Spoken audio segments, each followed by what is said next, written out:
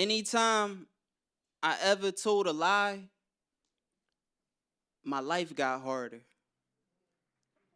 Anytime I tried to play dumb within my relationship, my wife got smarter. Anytime I waited too long to fix the problem, the price got larger. Anytime I bullshitted on calling for backup and began backsliding back to back, back inside of the back blocks that backstabbed me, the knife got sharper. Anytime I ever decided to try to ignore my trauma instead of explore my options, it only allegedly led me to a ledge where I abort my conscience and force my bondage as I dive deep into a depiction of a depression that's destined and due for the death of a dog during his darkest days. Anytime I spent too much time thinking about how much time I had, I'd shortly run out. Anytime I strayed from authenticity, I'd find clout. Like a mouse in a maze, I found myself amazed by that mouse that followed his senses even when his visions had doubts. Anytime that I missed the memo, I cursed my memories. Anytime they played Mello, he turned it to a melody. Living in sin, but somehow I spin it to a symphony. I found iniquity in me, then sealed it in soliloquies. Anytime I was ever unapologetic about my approach, I had already arrived at an address that didn't accommodate me appropriately. Anytime I ever used my black privilege as mental masturbation for contentment of ego, I was hiding my selfish ways and blamed it on the fact that you resented my people.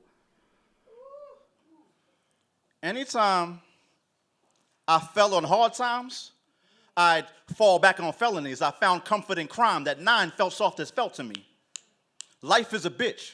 And ever since me and her met, she's been a protective shell against these crabs trying to barrel me. Anytime I showed sincerity, they showed me a parody. But in the moments I air it all, there's moments of clarity. Anytime I told you if you need me, I'm available anytime, I didn't have any time. Many times I was caught in the crossfire while uncomfortably carrying a cross across a crossroad to my own recovery.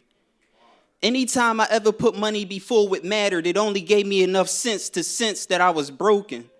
Anytime I ever beat on myself to cheapen my health, I was bleeding, grieving, and screaming without a defensive help. I was touched, I was down. A flag's color doesn't matter when you only see red. A text message doesn't matter when you only see red. Moses told us it does not matter when the only sees red.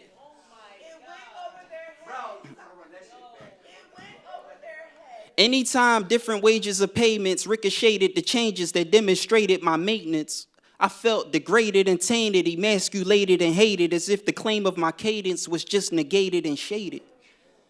As if the luck of a buck or the fill of a bill or the doing of a coin eliminated my greatness. Anytime I was gas-led into a spot where the focus was shattered, I could feel myself tanking in a moment of hazard. I need a rope and a ladder so I could pull myself up from where you've lowered the standard. No is the answer. Anytime. Thoughts so heavenly. But in my heart, it felt like hell to me. See, hell felt like shelter. Helter-skelter was settling. I'd elevate my tour. They tried cutting my cables. The revolution they won't televise, but live stream my failures. Anytime I confide in a woman not meant for me, I'd accidentally subscribe to the issues of ebonies who tried to turn a new page and jet from their essence. Pretending they weren't pretentious, neglecting their lack of merit. Inherently, I'd forget about the danger alleges, but anytime I fell off a ledge, I'd fall into legend. Anytime I fall off a ledge, I'd fall off to legend. Anytime I was spectacular in this world, I was still just a speck.